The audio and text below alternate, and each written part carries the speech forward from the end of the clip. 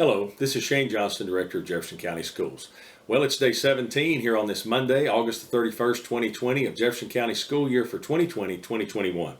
Yes, we're excited, and yes, everyone has experienced some thrills and successes, and there's much to celebrate that's going on in our classrooms.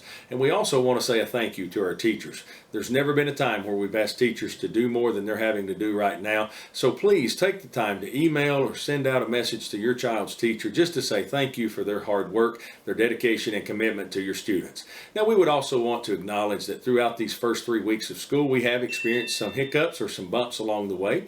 Largely, these are in the distance learning realm. Of course, it is day 17 of distance learning. This is new for us. It's new for families. It's new for teachers as well. So we appreciate your ongoing support and patience, and we're going to work to make sure that each day continues to be better than the previous day.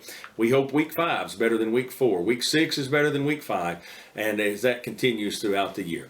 However, you do have this promise. We as administrators, also as building level administrators and classroom teachers, are committed to helping all of our students that are in the Jefferson County school system. If that's an in-person learner, we're committed to their success. If that's a distance learning student, we are committed to their success as well, and them not falling behind just because they're at home learning. Now, we do want to point out that we strategically chose as one of the reasons to call our distance learning program distance learning instead of virtual learning is because it will continue to be a combination in many cases of pencil paper work and the use of technology. This past Friday was the first built-in distance learning day. There were basically 3 reasons for that day. One, we, in conjunction and collaboration with the health department, felt like by buddying that day up with either a weekend or an other type school break, it would give an extra day of isolation or separation between our students. Secondly, our teachers are doing their best to teach the in-person students, but also we have provided them time to check on and to touch base with the distance learning students. This day allowed those teachers also time to upload lessons, to check in with those students by email and by phone calls and by different uses of technology. And then also, thirdly, then it is a dress rehearsal. We all are preparing in the event that throughout this school year we have to suffer a school building closure or a grade level closure or an extended closure for a week or 2 or more. We have no idea what the future will hold, but we wanted to work out some of those kinks, some of those difficulties early in the year in the event that that has to happen. Now, it is our goal that we have school in person as many days as humanly possible throughout the school year. One of the aspects that we want to look at as well in the distance learning program are some of the things that have been going on specifically that have led to some concerns, confusion, and frustration. First, there have been some device issues. Some of our devices have simply just not worked as they're supposed to work. We have folks set up and can assist you with that, and we ask you just to reach out to our folks when that happens, and we will be happy to try to get those situations remedied. Secondly, there's always going to be some Wi-Fi issues in homes and communities where Wi-Fi is not readily available. We have opened the campus throughout the county: White Pine, Rushstrong, Newmarket, Jeff Elementary, and Patriot Academy. All are places so far that we have pushed the Wi-Fi signal out into the parking lot. So you as families, if you need to at night, can go down and upload or download items as well. And again, we also are working with our teachers to help establish consistent guidelines throughout the county to try to avoid excessive work coming home. Yes, you may have a class that lasts 60 minutes in person, but that doesn't necessarily mean there's 60 minutes of work that will be sent home, but it is part of the learning process. There's also some confusion on how to turn in assignments. We are committed to flexibility to help families. We want you to be able to turn in assignments. And while we want to have high expectations for our students to accomplish the rigor of the work, we also understand there's technological issues and challenges that every family may be a little different, and we want to make sure we're flexible and can help you with those things. So we will continue to address our distance learning issues. We are going to continue to reach out to your family and to your home and to your student and try to help the best we can to provide some support so that they can learn as well.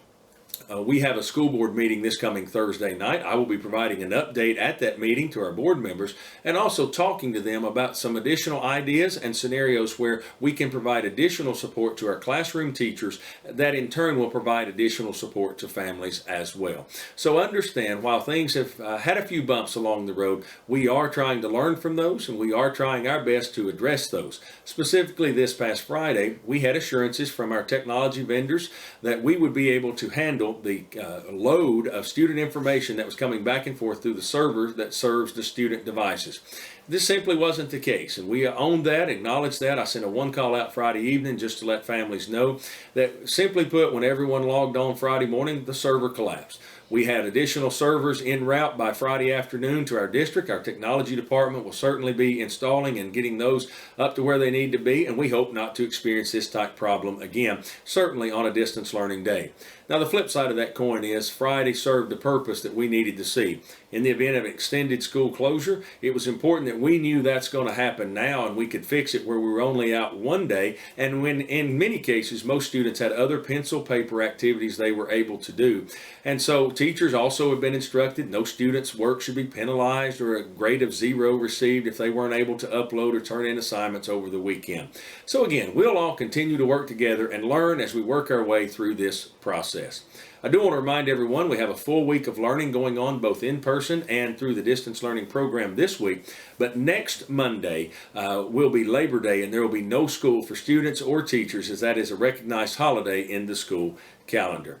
Also want to just give everyone some information. Again, we follow the health department guidelines in quarantining and isolating. I've been asked numerous times, why are you quarantining healthy people? Well, straight from the deputy medical director information page that we had last week, it specifically addresses this. Quarantining is actually for the healthy individuals. It is to take those individuals that are healthy out of circulation that have been possibly exposed or exposed to someone that's been diagnosed or tested positive for COVID-19. So a person that tests positive has been isolated. A person that has been a close contact is considered quarantining just to avoid that spread. Now, while you as parents sometimes may get that call and have to quarantine, we understand that that puts you sometimes in a difficult situation with child supervision. We want you to know Jefferson County Schools is not in the business of quarantining or isolating. We are simply the agent that notifies you based on the definitions that are established by the Tennessee Health Department. We have a great working relationship with our local health department, and we appreciate their ongoing support as well. So we'll continue to work hard and provide a high-quality educational experience. It is our goal that all students of ours move forward, not only this week, but certainly throughout the year, and distance learning students and in-person students continue to grow and make academic progress as well. So in the days ahead, if you continue to have questions or problems, we are here to come alongside you and help remedy those, and we're going to continue each week to provide updates and follow updated guidance from our local health department. In the meantime, it is our desire that everyone remains safe, healthy, and have a great week.